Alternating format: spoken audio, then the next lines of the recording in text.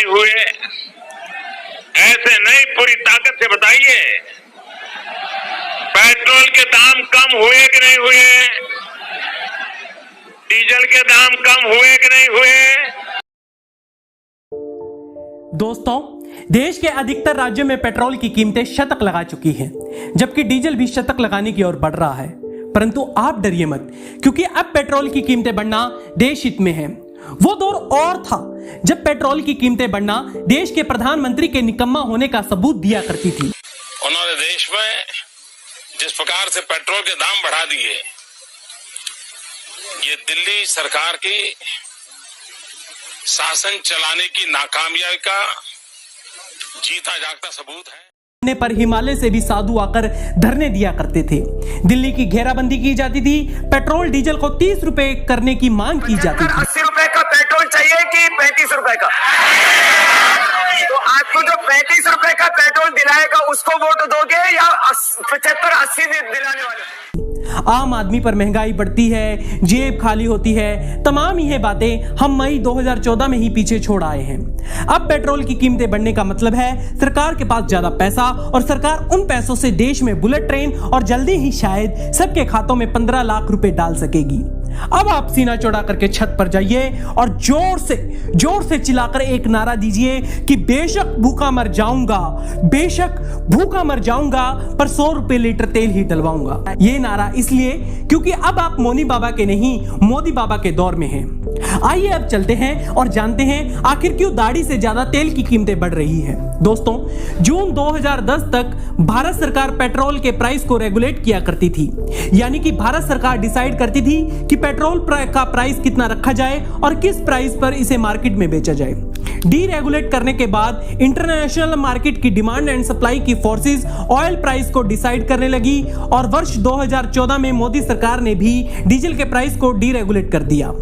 16 जून 2017 तक महीने में केवल सिर्फ 2 बार ऑयल के प्राइस को इंटरनेशनल मार्केट के हिसाब से चेंज किया जाता था। 17 जून 2017 को सरकार डायनेमिक फ्यूल प्राइस मेथड लेकर आई, जिसके अकॉर्डिंग हर रोज सुबह 6 बजे पेट्रोल और डीजल के प्राइस को चेंज किया जाएगा। भारत दुनिया का तीसरा सबसे बड़ा ऑयल इंपोर्ट करने वाला देश है, जो कि लगभग अपनी कुल खपत का 83% क्रूड ऑयल इंपोर्ट करता है। अगर मैं टैक्स शेयर की बात करूं तो द इकोनॉमिस्ट टाइम की खबर के मुताबिक कोलकाता में 6 जुलाई को पेट्रोल के दाम 99 रुपए 84 पैसे था, जिसमें सेंटर का कुल टैक्स में से शेयर 32 रुपए 90 पैसे था, जबकि स्टेट गवर्नमेंट का 19 रुपए 27 पैसे था, और पेट्रोल का बेस प्राइस 44 रुपए 20 पैसे था। हिमाचल के शिमला में 15 जुलाई 2021 में पेट्रोल का प्राइस 99 रुपए 13 पैसे था, जिसमें से एक बड़ा हिस्सा सेंटर को टैक्स के रूप में जा रहा है।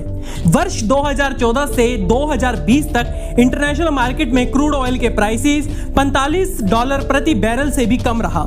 जहां एक तरफ गवर्नमेंट ऑयल प्राइस को डीरेगुलेट किया हुआ बताती हो, वहीं दूसरी तरफ वह अपने टैक्स के थ्रू इनडायरेक्टली इसे कंट्रोल भी करती है। चाहे क्रूड ऑयल के दाम इंटरनेशनल मार्केट में अप जाएं या फिर डाउन जाएं, हमें हमेशा ज्यादा ही पे करना पड़ेगा। एक रिपोर्ट के मुताबिक वर्ष 2014 तक तेल पर 9 रुपए 48 पैसे पर लीटर एक्साइज ड्यूटी थी, जो एट प्रेजेंट में 31 रुपए 90 पैसे है। अगर पड़ोसी देशों की बात करें तो सब में भारत के मुकाबले पेट्रोल और डीजल के दाम आधे ही है। और हंसी तो मुझे इस बात पर आती है कि कुछ महीने पहले लोग नेपाल से भारत में पेट्रोल और डीजल स्मगल करने लगे थे। दोस्तों, अब जानने की कोशिश करते हैं कि इंटरनेशनल मार्केट में ऑयल के प्राइसेस क्यों बढ़ रहे हैं।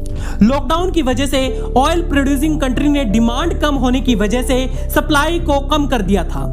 अब सभी कंट्रियों की अर्थव्यवस्था वापस पटरी पर लौटने लगी है, जिससे कि ऑयल प्राइसेस बढ़ रहे हैं। दोस्तों, राज्य और सेंट्रल सरकार को चाहिए कि वो टैक्स में कटौती करें, ताकि भारत में रह रहे लोगों के भी अच्छे दिन आ सकें, वरना जल्दी ही बढ़ती कीमतों के दुष्परिणाम हम सबके सामने आएंगे। दोस्तों, इस चैनल को लाइक करें, सब्सक्राइब करें और शेयर करें, क्योंकि जल्द ही हम आपके लिए इस तरह के अमेजिंग फैक्ट्स और कुछ केस स्टडी लेकर आते रहेंगे। सज्जन को क्या तकलीफ है भाई? क्या तकलीफ है इनको?